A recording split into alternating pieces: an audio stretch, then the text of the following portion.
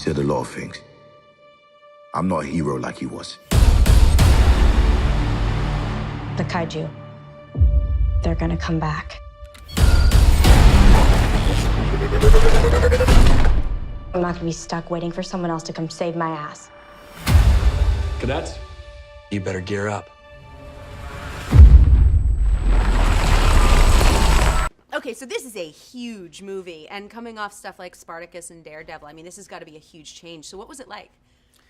You know, my work in TV was really a great prepping ground for this. I always say that this movie was everything I've been doing in TV times 100. The shoot was longer, the effects were bigger, it was more involved.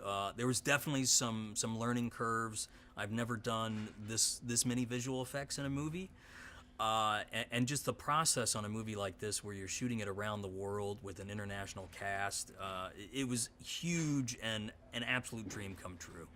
So you were a producer on this, so what was that experience like? It was fantastic producing. Being part of the creative process in that way, it exposes you to the basically the engine of filmmaking. You respect any film that can make it to a feature release. And you know, it's a great way of experiencing movie making with, you know, daily challenges and obstacles, but you get stronger.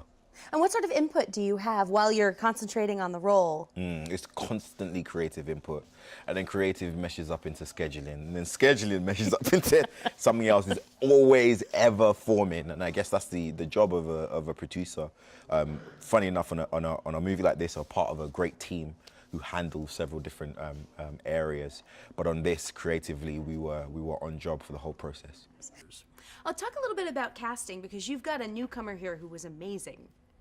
Oh, Kaylee Spaney. What a find. We were actually, in the last 48 hours of casting that role, we were doing screen tests with John Boyega, and we had two amazing actresses with credits as long as your arm.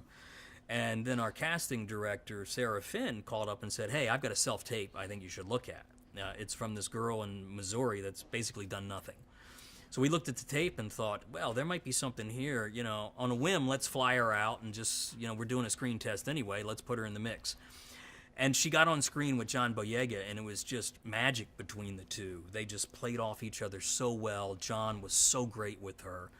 And after a lot of nail biting, we decided, okay, we're going to roll the dice with somebody that hasn't done anything. And I'm so glad we did. Kaylee was wonderful. Kaylee and I often on set would look each other and just talk about how weird it was that this was our first movie, both of us, and it was such a gigantic movie. And tell us a little bit about who Pentecost is. Yeah, I mean, Jake Pentecost starts off as a rebel. He is someone who's quite troubled by obviously the connection that he didn't have with his father. And he's a prodigal son, never came back. He just never came back. But we see him having to deal with those issues that he has internally to become something greater than he is. And he's got some really interesting sister relationships here. Yeah, Mako's his girl, Mako's his sister. They grew up together. They've, you know, play fighting together, and probably had the same figures and all that kind of stuff. But there was more emphasis on Mako. Staka had much more of an interest in her. Staka saw much more of a future with her, and so that affected their relationship heavily. And I heard that seeing Idris really sort of got you into this. I do the role. I mean, I love seeing Idris in this role, and I remember when it was announced, and he had a picture, and he was squinting his eyes with his tash, holding his helmet in his hand. You know, I'm the Elba. So it was nice to see him in a part like that. And Jake's got a thing for toppings and sauces. We all do. We all do. Don't judge Jake. We all have a thing. I like sprinkles too. See? But are they sprinkles or Jimmies for you? Sprinkles. Sprinkles, okay. Sprinkles. Well, then you are clearly a right-thinking person. Thank you. Thank you so much. But you have a lot of experience with fight scenes and things like that, I mean, from both of those shows. So how could you translate that from TV to giant kaiju fights? Well, with the action, for me, the action is always about, okay, it's a really cool action scene, but what are the stakes? What are the emotions? What do the people want? What do they need? What are they trying to do? And it was the same way with this, with the great world that Guillermo del Toro and Travis Beacham set up. You've got 2 or 3 pilots inside one of these Jaegers that have to work together to accomplish a goal.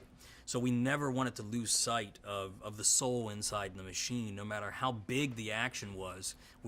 I always wanted to know what's going on inside the con pod. You know, what are they feeling? What are they reacting to? And one of the reasons we wanted to upgrade the technology and move the story forward 10 years was so we could uncouple the pilots inside the con pods, have more freedom of movement, and let the actors do more inside the Jaeger. And this is a really obviously effects heavy movie. I mean, it has to be, as you know, no kaiju, no real kaiju. So we tried to get them, but crocodiles don't grow that big. No, they don't. They don't. This is nuclear stuff. It'll be fine. Yeah. But so what was it like finally seeing the finished product? It was beautiful. I mean, I was involved in the product obviously from when it was just mere rushes, when the robots were stickmen running through the animated city. So to see it steadily develop into something so good and epic and visually beautiful is great. Okay, so since I am holding a giant prop here, tell me a little bit about some of the cool tech you got to play with on set. Well, that's a micro snoogity doobity blaster. Oh, yes, technical term. Yeah, that's the technical term for it, in case you didn't know. I did not.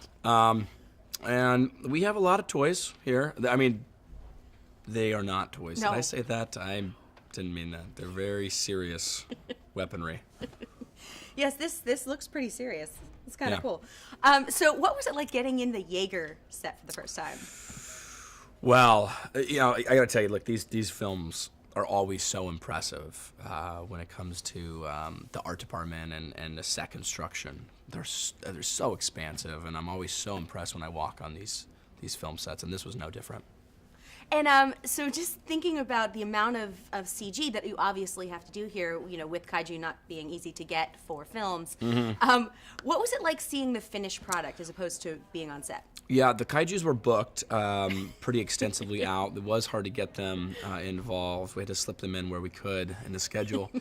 And seeing them, seeing this kind of film come together is always really fun, I think, for an actor, because there's a lot of stuff you don't get to see while you're creating this film, and there's a lot of hard work that other people are doing, and you get to watch their craft at the end. And I was blown away by the CGI in this film. And I have to ask you about the choreography, because you guys are pretty spot on there. What was that like training for that? It was like being one of Beyonce's backing dancers. Oh, wow. But destroying a city while you do it. And what was I mean, you guys had a lot of choreography and a lot of physicality, so what was that like? Did you have to do any special training for this? John and I had to learn how to dance together. Oh. Yeah. Oh. That was lovely. Yeah. And did you practice off set? Well, I didn't need to practice because I'm an excellent dancer. Of course. And if you saw my moves, I did. they're pretty good. I don't know. I mean, I think ballroom, Dancing with the Stars is next for you. You know, I'm more of a hip hop dancer. Ooh, okay. So I don't know how they do with that. Yeah. So who would you drift with if you could? Who would I drift with? I was thinking, actually, I was thinking who would be great, like an old legend, maybe like Frank Sinatra, right? Ooh, that's good. We could just kind of jazzily fight these kaijus, you know? I like it. New York. See, that's not hip hop. You could totally do Dancing with the Stars. So what was it like working with Steven? No, it was fun. I mean, the great thing is you mentioned that scene when I was topping up the Sunday. That was, you know, a part of Steven's great mind, a more raw, interactive approach to, you know, dialogue scenes that make the audience believe it more. We don't all talk line by line. We mess around. We do stuff. We eat sriracha. I thought I did. But it's a great experience of collaborating with him. He's going to have a really, really bright future. Steven was great. This was his first time directing a film. You know, I mean, what a task, right? I mean, huge monster film. I thought he did great. Wait, no, do you feel like you've got a future as a career? I think I can back up Bay. Nice. I think I can back up Bay. most definitely. She's going to see this. It's will. going to happen. She will. Awesome. I'm available. So I had read that you have an idea for something coming after this, some kind of sequel. So is that true? Was that part of sort of developing this story? It was kind of a side project for me. As we were developing Uprising, I was jotting down notes of where the next installment could go. I was very cognizant. I didn't want us to paint ourselves into a corner and have nowhere to take the franchise. I always had planned that the franchise would have one more part of this trilogy, and then that would really open up the entire universe. I would really love to see this universe open up into the kind of Star Wars, Star Trek universe, where it's massive and vast and could go in so many different directions. Buy everything you've got!